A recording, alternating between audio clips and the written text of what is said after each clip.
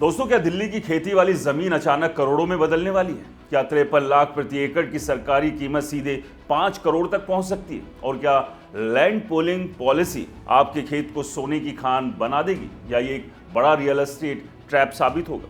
अगर आपके पास दिल्ली में एग्रीकल्चर लैंड है या आप निवेश की सोच रहे हैं, तो ये पूरा मामला समझना बेहद जरूरी है, क्योंकि आने वाला समय में दिल्ली की जमीन का खेल पूरी तरह से बदल सकता है।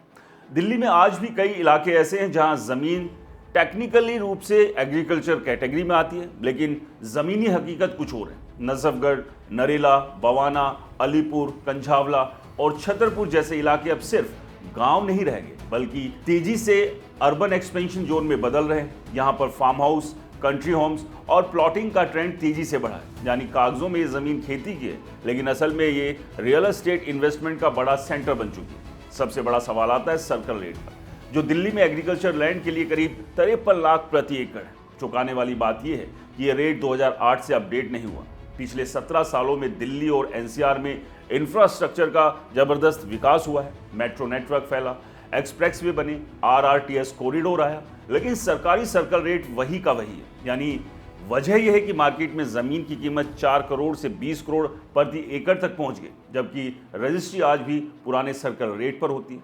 इससे सरकार को भारी राजस्व नुकसान होता है और कैश ट्रांजैक्शन को बढ़ावा मिलता है। इसी अंतर को खत्म करने के लिए सरकार अब सर्कल रेट बढ़ाने की तैयारी कर रही है।